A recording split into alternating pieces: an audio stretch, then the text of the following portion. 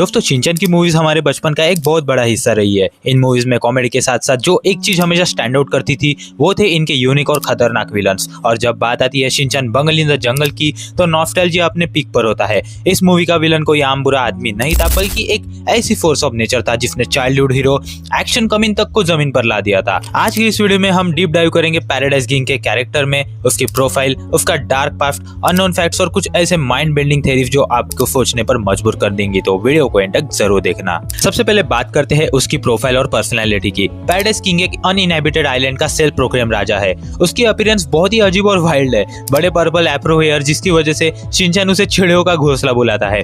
माथे और बॉडी पर गहरे स्कार्स, एक ग्रीन शर्ट जिसका कॉलर बहुत बड़ा है और उसके माथे पर हमेशा गॉगल्स रहते हैं। पर्सनालिटी की बात करें तो पैराडाइज किंग बहुत ही एरोगेंट, क्रेजी और रूथलेस है। उसके फेस पर हमेशा एक क्रीपी स्माइल रहती है और वो फ्रिक्वेंटली सिगरेट पीता हुआ नजर आता है। उसे बच्चों से ज्यादा मतलब नहीं है लेकिन अडल्ट्स को वो अपने गुलाम यानी कि स्लेव्स की तरह ट्रीट करता है ताकि वो उसके आइलैंड किंगडम को और बड़ा बना सके।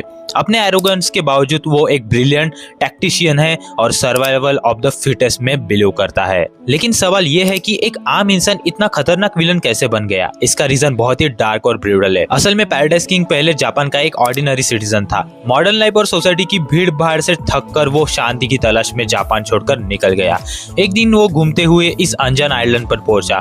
उसे लगा कि यहाँ उसे पीस मिलेगी, लेकिन वहाँ के वाइल्ड व्हाइट हैंडेड गिब्बन्स यानी कि बंदरों ने उस पर जानलेवा हमला कर दिया। अपनी जान बचाने के लिए उसने बंदरों से एक ब्रूटल और खूनी लड़ाई लड़ी। उसके बॉडी पर जो स्कार्स है वो उसी लड़ाई का नतीजा है। इस एक्सट्रीम सर्वाइवल सिचुएशन ने उसकी ह्यूमैनिटी को खत्म कर दिया।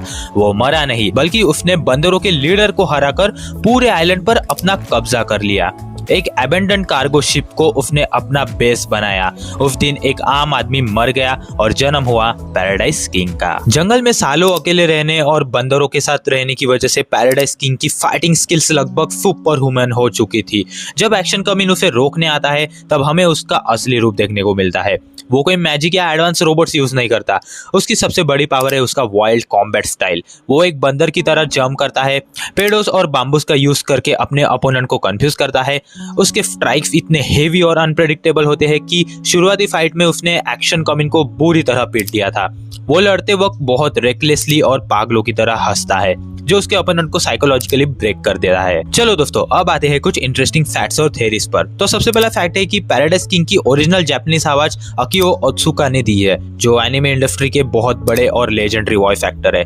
अगला फैक्ट है कि अगर आपने ध्यान नहीं दिया तो paradise king crayon Shinchan the legend called बुरी बुरी 3 मिनट्स चार्ज मूवी में भी एक छोटे से कैमियो में दिखाई देता है। एंड लास्ट फैक्ट ये है कि एंड में जब शिनचैन और एक्शन कमिन उसके हेलीकॉप्टर को एक्सप्लोड होने से बचाते हैं तब वो पूल में गिरता है और उसके प्यारे पर्पल बाल खराब हो जाते हैं, जिसके बाद ही वो सरेंडर करता है, यानी कि वो चिड़ियों का घोंसला पूरा उसका खराब हो जाता है। अब सुनिए एक क्रेजी थ्योरी। एक थ्योरी ये मानती है कि पैराडाइज किंग और एक्शन कमिन की फाइट असल में रियलिटी वर्सेस फिक्शन का सिंबल है। एक्शन कमिन एक टीवी स्टार है जो स्क्रिप्ट्स और टेक्नोलॉजी के दम पर हीरो बनता है, जबकि पैराडाइज किंग ने रियल लाइफ में मौत का सामना करके अपनी ताकत पाई है। इसलिए मूवी ये दिखाती है कि एक फिक्शनल हीरो को भी जीतने के लिए रियल हिम्मत और लोगों यानी कि शिनचैन और बाकी साथियों के सपोर्ट की जरूरत पड़ती है। तो दोस्तों ये थी कहानी पैराडाइज किंग की। एक आम आदमी जिसने सोसाइटी और नेचर दोनों ने पुश किया और वो एक रूथलेस डिक्टेटर बन गया।